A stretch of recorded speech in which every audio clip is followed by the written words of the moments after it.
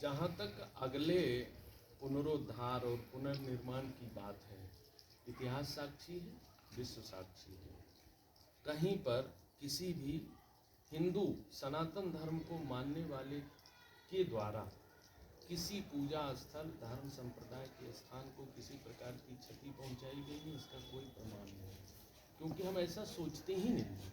हमारी सोच है सर्वे भवन्तु सुखिनः सर्वे सन्तु निरामयाः, और इस धरती पर जितने लोग हैं वो वसुधैव कुटुम्बकम, मनु के संतान होने के नाते, मनुष्य जाति के होने के नाते सब हमारे भाई बंधु हैं और सबको बराबर का हक, अधिकार, हिस्सा मिलना चाहिए।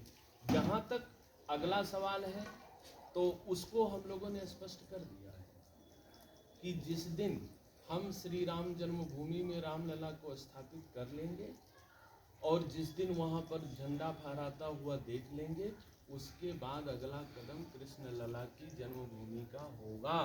और ये संकल्प हमने 40 साल पहले व्यक्त कर दिया था कि राम कृष्ण विश्वनाथ तीनों लेंगे एक साथ। अगर हम दावे के साथ कह रहे हैं, मैं इससे एक बात जरूर सब लोगों के ध्यान में लाना चाहता हूँ कि सतयुग में हमारे भगवान, हमारे धर्म सनातन के सत्यता के लिए इसी प्रकार का प्रश्न किया गया था जिस प्रकार का प्रश्न राम जन्मभूमि के लिए किया गया था। प्रहलाद से पूछा था हिरण्यकश्यपु ने कि अगर तुम्हारे ईश्वर जत्र तत्र सर्वत्र हैं तो इस पत्थर में भी हैं, पत्थर के खंभे में भी हैं। तो प्रहलाद जी ने कहा था कि अगर है तो जड़ चैतन्य सब में है, तो कहा कि हम देखना चाहते हैं। तो हिरण्यकश्यपु के सामने प्रहलाद जी ने और भगवान ने दोनों ने दिखा दिया उस पत्थर से प्रकट होकर के। इसीलिए हम लोग पत्थर को भी पूजते हैं। तो अगर प्रामाणिकता है, राम जन्मभूमि के बारे में भी यही कहा गया, कागजों में होगा। 500 साल तक आपका शासन था, कागजों में लिखने का अधिकार आपका था, फिर भी इतने कागज इकट्ठे हो गए कि सब लोगों का दिमाग ठीक हो गया। तब कहा कि नहीं आसमान से होगा, तो एक्सरे मशीन मंगाई गई।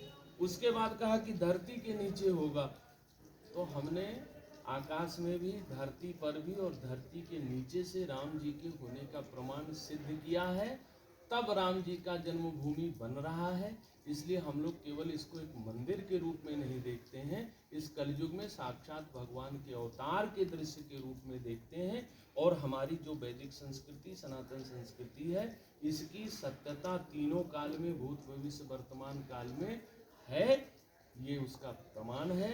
और यह संकल्प है हमारा, रामलला के बाद कृष्ण लला, कृष्ण लला के बाद डमरू बजाने वाले भोले बाबा की जय। तो बस एक और सवाल ये है कि आक्रोश इसमें भी हुआ है कि ये जो महामारी थी उत्तर प्रदेश में, उसमें बहुत लोग मर गए थे, अस्पतालों का बेहाल था, बिल्कुल जो स्थिति थी, उस पर आप क्या बोलेंगे? क्योंकि आक्रोश योगी आदित्यनाथ और मोदी जी के खिलाफ थे। आक्रोश सामान्य जनमानस में नहीं रहा, उसके भुक्तभोगी आप भी हैं, उसके भुक्तभोगी हम भी हैं। व्यवस्था किसी चीज़ का, आज अगर हमें 10 लोगों के लिए भोजन बनाना है तो हम 20 लोगों के लिए तैयारी करेंगे, लेकिन अचानक से अगर 100 लोग आ गए, तब तो उन्हीं छोटी सी व्यवस्थाओं में सब प्रकार से वितरण करके सबको संतुष्ट करना होगा, और नहीं तो प्रतीक्षा करनी होगी। और उतने समय के लिए जो कष्ट और पीड़ा होगा, उसके लिए किसी व्यवस्थापक को के ऊपर ये जिम्मेदारी नहीं थोपी जा सकती।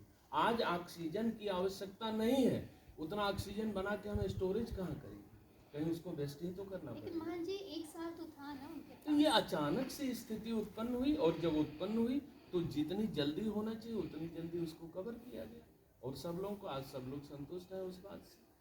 लेकिन किसी वस्तु, ये केवल भ्रम फैलाया जाता है, यही बात होती है।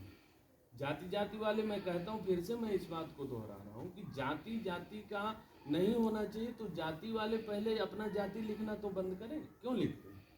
तो आप बोल रहे हैं कि ये दूसरे जाति लोग बोल रहे हैं कि उस टाइम जो था व्यवस्था ये वैचारिक जाति के लोग हैं, जहाँ पर जाति का जन्मना, जाति और जाति व्यवस्था का प्रश्न है, तो हमारे वेद ने व्यवस्था दिया है। जन्मना सभी मानव एक जैसे हैं, लेकिन कर्मणा, जिन्होंने केवल शिक्षा अर्जन करना और शिक्षा का दान करना अपनाए, वो ब्राह्मण कहे, ब्रह्म जानाति ब्राह्मण। जिन्होंने रक्षा का दायित्व, जिनके ब्लड में, जिनके विचार में, जिनके साधना में रही, तो शिक्षा, रक्षा, उसके बाद जिनके विचार में व्यापार था, आपूर्ति की व्यवस्था थी, वो जो है व्यवसायिक वणिक कहे गए। और जहाँ सर्विस का प्रश्न है, देखिए शूद्रों की बहुत गलत व्याख्या, आज तो कहने पर भी डर लगता है कि कहीं एफआईआर ना हो जाए इस बात को लेकर के। वो दलित शब्द, कहीं शूद्र से ज़्यादा खराब दलित है, लेकिन जो व्यवस्था आप लोगों ने बना दी उस प्रतिबंध में जीना है। तो ये सेवा का अर्थ है सर्विस, और सेवा करने वाला जब हमको छुएगा नहीं, एक भ्रम खड़ा किया गया, सेवा करने वाला हमको एक गिलास जल पिलाएगा वही तो सेवा है, तो अगर वह हमें छुएगा नहीं तो सेवा करेगा कैसे? ये एक भ्रम फैलाया गया कि शूद्रों को, दलितों को अछूत कहा गया। ऐसी अछूत वाली व्यवस्था हमारे वेद में नहीं, शास्त्र में नहीं, समाज में नहीं है। सुबुद्ध प्रबुद्ध लोग इसका प्रयोग नहीं करते हैं। अब कतिपय लोगों ने हमारे बहुत मंदिर तोड़े गए, हमारा नालंदा विश्वविद्यालय से तक्षशिला जितने शिक्षा संस्थान थे, लेकिन हम हर मुसलमान को दोषी नहीं मानते।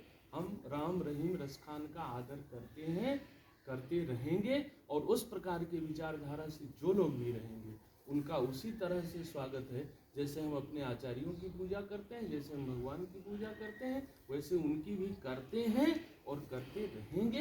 यही हमारी संस्कृति की मजबूती है, यही हमारी एकता का बल है, यही हमारी राष्ट्रीयता है, यही हमारी संस्कृति है।